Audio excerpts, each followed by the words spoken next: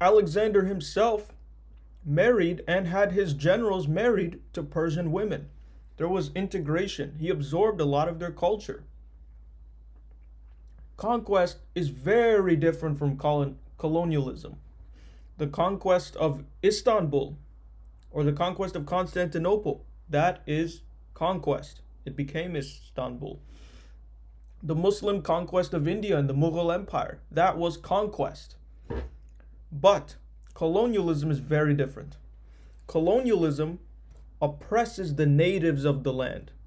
Colonialism extracted resources to, what did I write here? I can't read my own writing. Extracted resources to the mainland. Yeah, took it to the mainland. So take these natural resources to the mainland. Conquest doesn't do that. That's unique to colonialism. Colonialism treats the subjugated people as inferior. So it was never the case in Rome that, other people were inferior. For example, like you could be Egyptian or North African, and you could be a senator from Rome. I believe Scipio Africanus, I could be wrong, but he was of African ancestry. So it was conquest is metropolitan. Colonialism is very hierarchical. So there's a big difference. The British did not conquer anything. They used contracts, and like sneaky, dishonest cowards, they lied and they colonized. They did not conquer. Conquer is Timur, Timurids, Mughals. That's conquest. Very different from French and British and Israeli cowardly colonialism. They know they can't fight. They would lose a fight, so they colonize instead. Now, that was a pretty long tangent, but a pretty important one. Back to the Superman movie, right? Even though this is all in my notes. So, just some phrases that I heard from the movie, some dialogues. The prime minister, who looks a lot like Milikowski, the prime minister of Moravia, said, "We want to save the people of Jarhanpur." Just like the British said, "We want to save and civilize these indigenous people, these Maori in Aotearoa, New Zealand." I know I butchered that. These Africans in Africa, these Native Americans, these indigenous peoples in North America. We want to save them. We want to civilize them. The Israelis, we want to save the Palestinians from Hamas. We want to save Iraqis from WMD, weapons of mass destruction. We want to save Iran from Islamists. This is the exact same rhetoric used in the movie, and I know he's denied it, but I strongly believe James Gunn knew what he was doing. What else do we see? In the movie, we see Lex is promised half of Jarhanpur.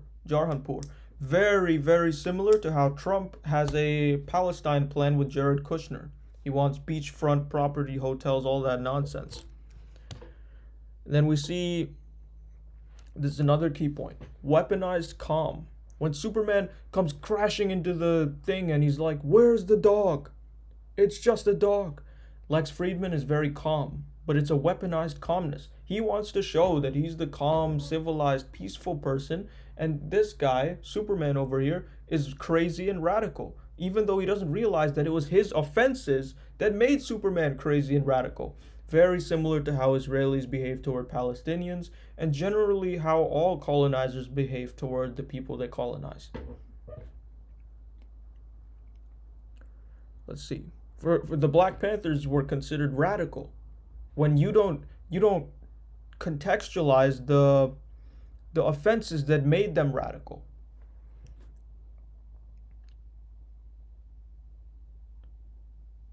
Right.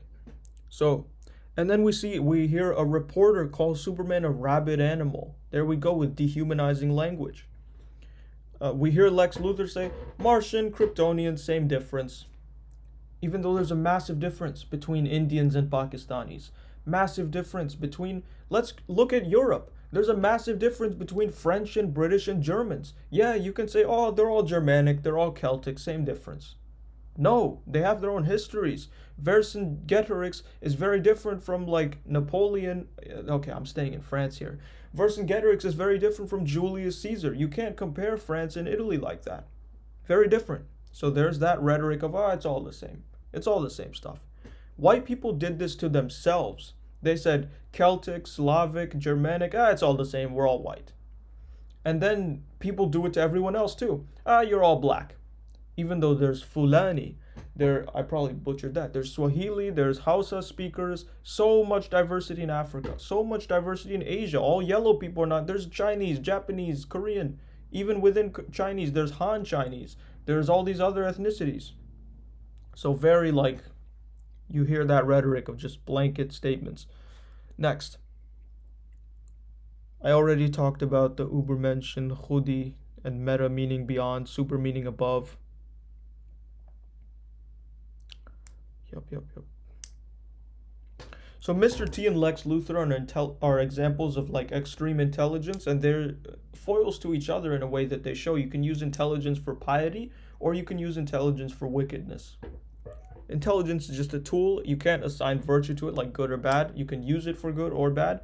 Although in general, if we were to assign virtue to intelligence, I would say it's good. It's a good thing to have. It's an aspiration.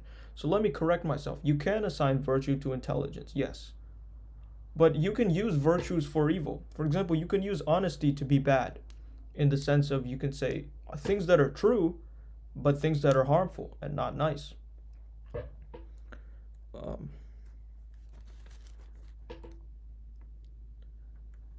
Okay? We're almost done, guys. Don't worry.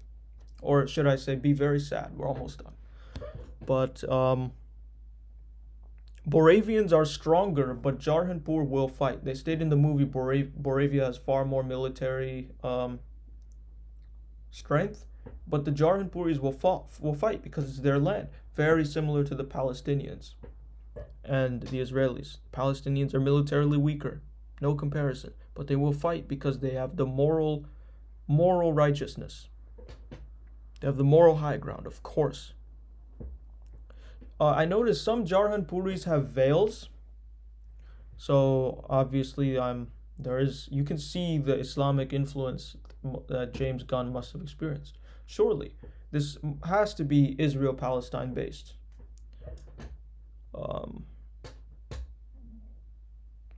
We notice in the evacuation scene, there's a sign exit saying Gotham City left. So hopefully we'll be seeing Batman. My suspicion is we won't be seeing Batman in the Gods and Monsters chapter. I hope we will. I want to see Batman. He's one of my favorite characters in the DC. But I like Batman more than Superman, of course. I'm more of a Batman guy than a Superman guy. My favorite Justice Leaguer. There's two kinds of people. Superman people, Batman people. I'm a Batman person. I've always been. So, what else? Yeah, so hopefully we see Batman in the future. Also, one of Lex Luthor's interests in Jarhanpur is the petroleum, oil. There we go. So they said this takes place in Eastern Europe, but they're making it very Middle Eastern. Palestine again, Iran, Iraq. There we go. Saudi Arabia, we're allied with them because of oil. Aramco, largest company in the world, or the most wealthy. The other thing I noticed is Superman is very weak in this universe. He can barely hold up a building. Superman is kind of weak in this universe, this DCU, so let's see how the power scaling goes. Should be pretty interesting.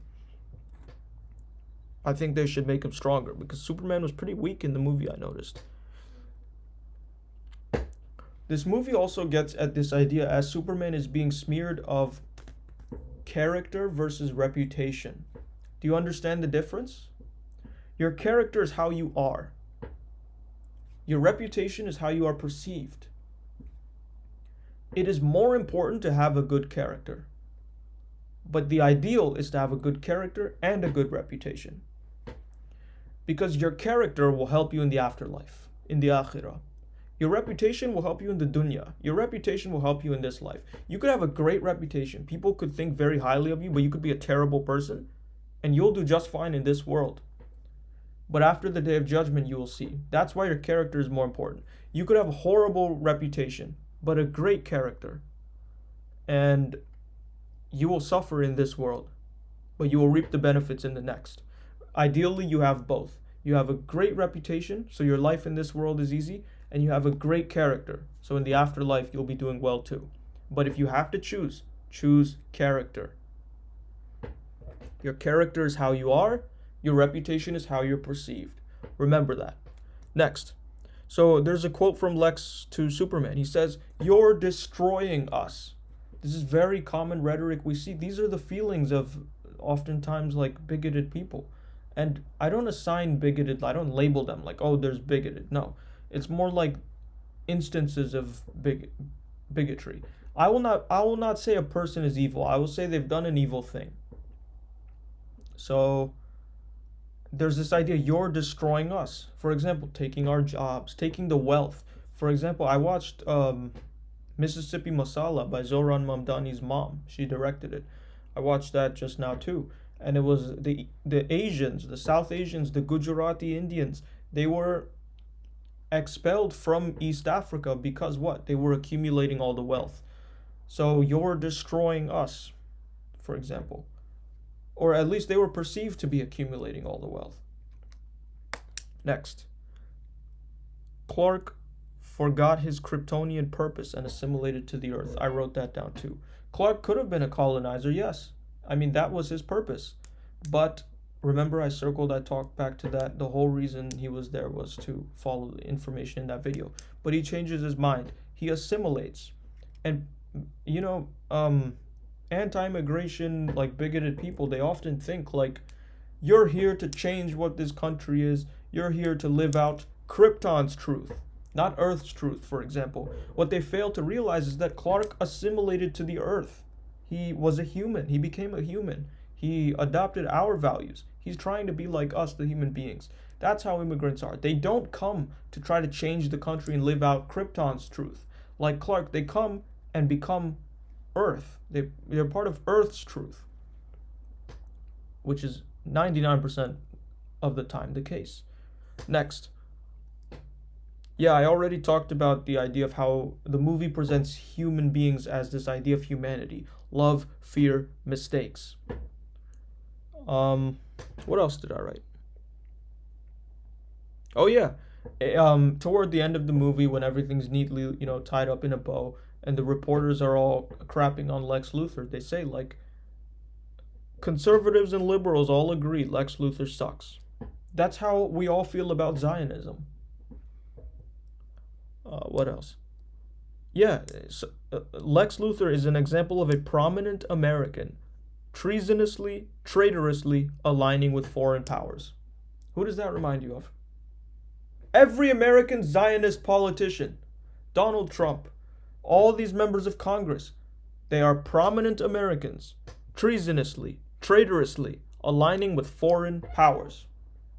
So those were just the brief notes I took on this movie, Superman. If you guys want to see more from me, more movie reviews, let me know.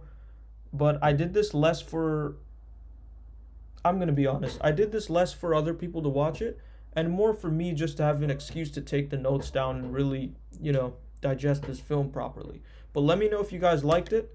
I'll be signing off, and I'm sorry for all like the technical issues of running out of storage, so having to split it into 3 parts and all that.